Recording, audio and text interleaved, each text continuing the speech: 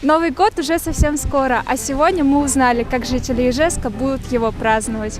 Наверное, с друзьями, возможно, на квартире, возможно, на улице. Я 30 числа уезжаю в Тюмень к своему парню. Будем с ними отмечать, с его друзьями. Я вообще собираюсь отмечать Новый год в кругу семьи, потому что у нас сейчас маленький ребенок, но в принципе мы уже второй год ходим еще и ночью погулять, поэтому в соседние парки, я думаю, что мы дождемся часов 12, а потом еще сходим в ближайший парк для того, чтобы посмотреть салют. Своим старшим братом и с друзьями. В семье, дома с родными и близкими. Семейно будем справлять.